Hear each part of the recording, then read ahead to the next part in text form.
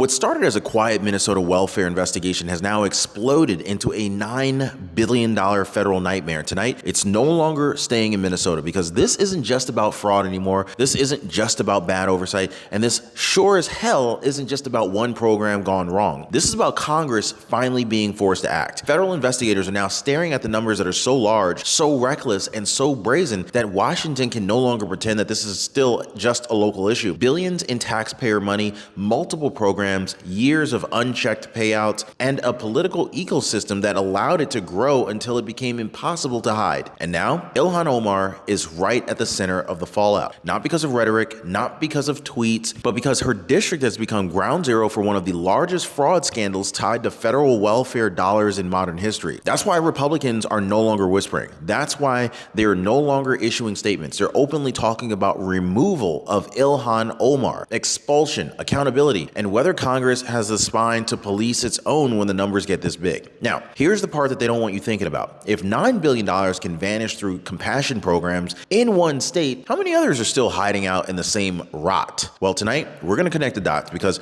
once you see the full picture, you're going to understand why this story just crossed the line that Congress can't walk back from. Don't forget to subscribe, guys. I really do appreciate your support. I was looking at a statistic and it shows that only approximately 17% of people watching the show are subscribed, so make sure you don't forget to subscribe. I really appreciate your support. Let's talk about the numbers, okay? Let's start with the numbers that blew the doors off this entire story. $9 billion. That's not a typo. That is not a rounding error. That is not political spin. That is the figure that federal investigators are now staring at as they review years and years of taxpayer-funded programs that are flowing through Minnesota's welfare system. And if I'm being entirely honest, by the time I release this video, wouldn't be surprised if that number is even bigger than that. And the moment that the number surfaced, everything changed. Because once you cross into the billions, this is no longer a state issue. This becomes a federal credibility crisis. Congress can ignore noise. Congress can ignore outrage, but Congress cannot ignore a $9 billion exposure that's tied to federal dollars. That money didn't come from Minnesota alone. It came from taxpayers across all 50 states. And so when that much money disappears under the banner of social services, Washington has a responsibility to act or admit it's broken. That's why removal conversations are happening right now. Not because of ideology, not because of rhetoric, but because $9 billion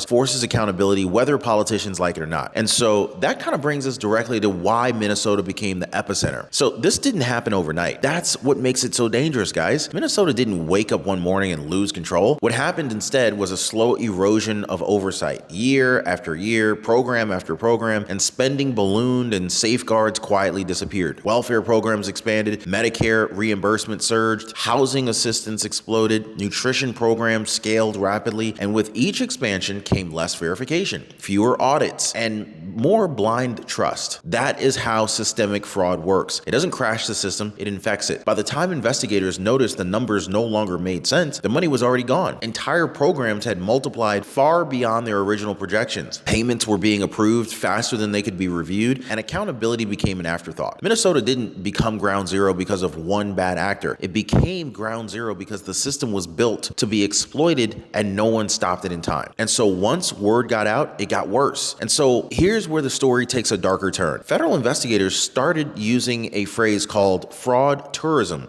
And that phrase didn't come from cable news. It came from prosecutors. They say word spread quickly at first that Minnesota had become a place where fraud was easy, where programs paid fast, where oversight was thin, where verification was minimal. And once that reputation took hold, people didn't just exploit it locally. They traveled for it. Investigators describe individuals coming from other states, setting up shell nonprofits or other service providers, filing claims, collecting massive payouts, and then disappearing. Not hiding, not sneaking around, just walking straight through an open door. That's the key point here. Fraud tourism only exists when a system invites it. And when federal agencies realize people are crossing state lines to exploit taxpayer-funded programs, that's when it stops being a bookkeeping issue and it becomes a federal enforcement priority. Which brings us to exactly what they're actually billing for. Now, this is very important, especially for those of you on Medicare, because this story highlights something that most people, they don't even realize until it's too late. Most retirees don't lose coverage because they did something wrong. They lose it because their Medicare plan quietly changes year after year. Not with a headline, not with a warning, just small shifts behind the scenes, networks tightening, benefits shrink, costs creep up. One viewer told me, I didn't realize how bad my plan had gotten until Chapter walked me through it. This is exactly what Chapter does, guys. They track those hidden changes and they make sure that your Medicare coverage stays strong before gaps turn into surprise bills. And this doesn't cost you anything. It's totally free. And most people are actually already calling the phone number at the bottom of the screen right now, or they're going to the website, link in the description down below, to have their plan checked. That phone number again is 909-563-8279. It's a quick review, totally free, and it can save you from the kind of quiet breakdowns that we're talking about tonight. All right, so let's get back to the story. This wasn't one program. This is the mistake that people keep making. Investigators began with feeding programs, claims that were meant to help children that exploded far beyond realistic need. Then they followed the money into housing stabilization. This is where the cost multiplied at staggering speed. Then into home health services, where billing skyrocketed without matching care.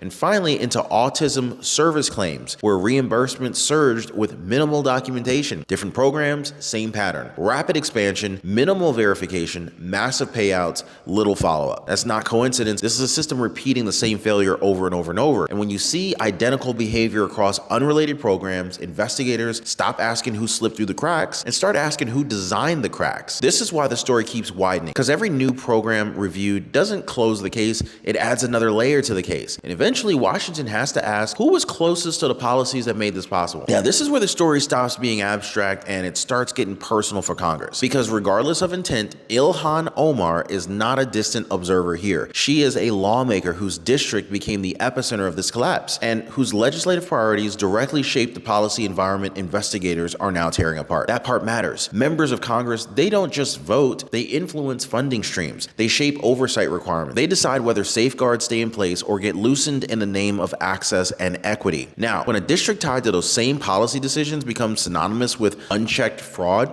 Congress doesn't need a criminal conviction to ask serious questions. Political responsibility exists before legal guilt. This is why the conversation shifted so fast. The moment investigators connected massive fraud to programs that were shaped by congressional action, Washington couldn't pretend that this was merely a state failure. That proximity alone forces scrutiny, and scrutiny leads to consequences. So here's the part many politicians fear more than indictments: optics. What does it look like, right? Yeah, because even when donations are legal, associations still matter. When individuals later implicated in fraud have ties, financial or political, to an elected official, Congress doesn't ask whether a law was technically broken. It asks whether public trust was compromised. That's the reality of federal politics. This isn't about proving intent. It's about exposure. It's about whether voters believe that their representatives are insulated from or entangled with systems that failed catastrophically. Once investigators began mapping money flows, relationships, proximity, even indirect connections become liability. And Congress reacts to liability fast, especially when the numbers reach the billions. This is why this story couldn't just stay buried in court filings. The optics alone created a pressure wave no leadership team could have absorbed quietly. And once optics turn toxic, the conversation always moves in the same direction: damage control or removal. This is the moment the tone in Washington changed, because when investigators start asking where money ends up, not just where it starts, the issue shifts from policy to security. Federal agencies treat large-scale fraud completely differently once funds move overseas, pass through unregulated channels, or disappear beyond U.S. oversight. This is not speculation. This is standard enforcement protocol. So when billions of dollars leave federal-funded programs without clear tracking, intelligence agencies, they don't shrug. It triggers reviews, briefings, and risk assessments. Not because every dollar funds something dangerous, but because the system allowed blind exits, and that's what set off alarm bells. This story stopped being about mismanagement and it became more about exposure. Exposure of federal programs, exposure of taxpayer trust, exposure of national vulnerabilities created by lax controls. And so once national security enters the conversation, even indirectly, Congress loses the luxury of delay, because ignoring it isn't neutral, it's negligent. And that's when Republicans change their language from consent to consequence. So this is where people misunderstand, okay? They're misunderstanding understanding what's really happening. Expulsion isn't a soundbite. It's a constitutional mechanism, and it's rarely discussed because it's politically dangerous, right up until leadership believes not acting is worse than that. Now, Republicans aren't talking about expulsion over rhetoric or even tweets or ideology. They're pointing to something far more corrosive, a congressional district tied to systemic fraud on a federal scale, paired with policy decisions that reduced oversight. Congress has one core obligation: to safeguard federal funds. When that obligation collapses publicly, accountability becomes unavoidable. And expulsion doesn't require a criminal conviction. It requires a determination that continued service damages the institution itself. This is why this conversation is happening right now, not because of headlines, but because trust is eroding in real time. Once Congress believes that a member's presence threatens credibility, the math changes real fast. And timing matters, especially under this administration. Timing matters, and this story is landing a very different Washington. See, under Donald J. Trump, the federal enforcement looks nothing like it did a few years ago. This administration has made fraud, crackdowns, clawbacks, and aggressive oversight a priority, especially when taxpayer money is involved. That changes how Congress calculates risk. Agencies are no longer incentivized to slow walk politically sensitive cases. Inspectors generals, they have more latitude. Federal prosecutors are less cautious about optics. And congressional leadership knows that ignoring massive exposure now invites executive pressure later. This is why removal talk accelerated, because if Congress doesn't act first, enforcement may force action anyway. Now, this isn't theoretical. We've already seen tougher stances on misuse of funds, sharper audits, and faster escalation when programs fail. So in this environment, hesitation isn't safety, it's liability. Lawmakers understand that under President Trump, the cost of inaction is higher than the cost of confrontation. Now, here's the bigger truth, and it is uncomfortable for both parties. This is not just about Ilhan Omar. She is the flashpoint, but not the full story. What's really being tested is whether Americans still believe social programs can exist without being looted. I mean, whether Congress is even capable of policing itself, and whether taxpayers still trust matters when failure becomes public. Because if a $9 billion collapse can happen in one state, under one set of policies, voters will naturally ask, where else are the same vulnerabilities in existence? That's the danger that Washington's staring at right now. So if Congress treats this as a one-off, it signals tolerance. If it acts decisively, well, it signals reform. And that change, that choice will ripple far beyond Minnesota. So Ilhan Omar's name may be on the headline, but the consequences, they reach every federal program that was built on trust rather than verification. And that's why this moment matters so much. See, if Congress moves forward, this doesn't end with a headline, it begins a process. Committees expand their scope, investigators widen their lens, more programs come under review, more documents get subpoenaed, and political isolation sets up fast. Leadership distances itself, allies, they go quiet, doors close.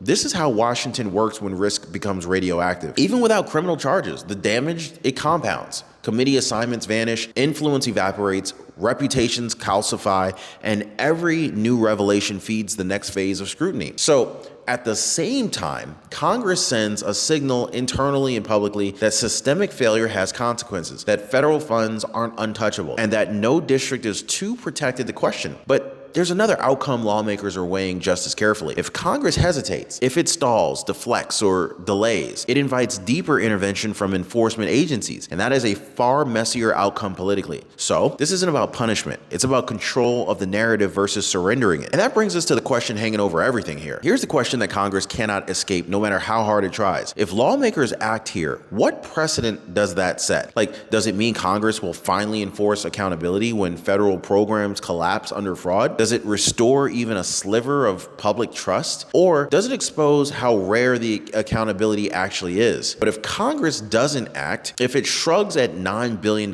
systemic failure, and national exposure, what message does that send? That oversight is optional? That scale erases responsibility? That power protects itself? This moment right here forces a choice between institutional accountability and political protection. And that choice will define more than one career. It will define whether Americans still believe Congress exists to protect taxpayer money or merely to manage fallout when it disappears. That's why this story matters, and that is why it spread. And that, my friends, this is why Washington can't walk it back. I'll go ahead and leave it right there. And if you found this breakdown valuable, make sure to give the video a like, subscribe, and share, because these are the stories you won't hear explained honestly anywhere else. So drop your thoughts in the comments. I'll see you next time. Take care.